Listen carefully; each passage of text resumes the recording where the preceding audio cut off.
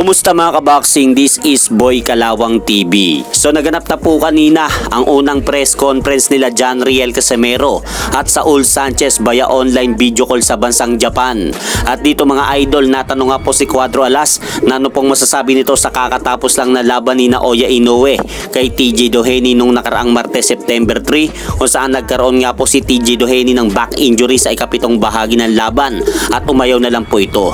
At dito, sinabi nga po ni John Riel Cuadro Alas Casimero sa kanilang naganap na press conference kanina na napakapangit po daw ng nangyaring laban ni Naoya Inoue dito sa lolo ni Paul Butler na si TJ Doheny.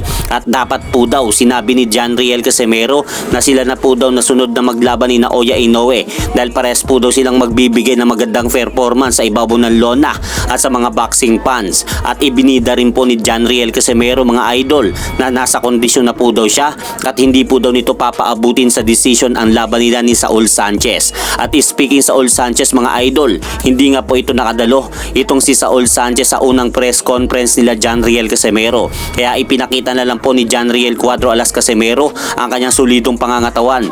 At natanong nga po dito kay Cuadro Alas kung nasa ilang timbang na po siya ngayon. At dito sinabi nga po ni John Riel Casimero na nasa 128 to 130 na po ang kanyang timbang. At madali na lang po daw nila makukuha ang eksaktong 122 pounds sa oras ng laban nila ni Saul Sanchez dahil may isang buwan pa po daw sila upang maghanda para sa final weigh-in. At hanggang dito na lang po muna ang aking update sa naganap na unang press conference nila John Riel Casimero at Saul Sanchez sa bansang Japan.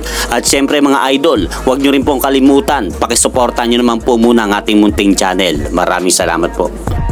Ayan guys, this time tapos na po yung press conference namin sa kalaban namin at sa aming promoter na si Mr. Ito. Doon sila sa Japan nag-press con, so kami online lang.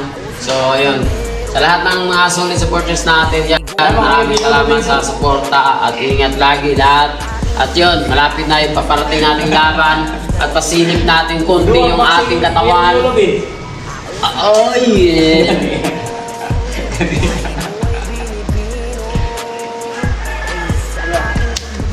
May isang buwan pa. No, may ulo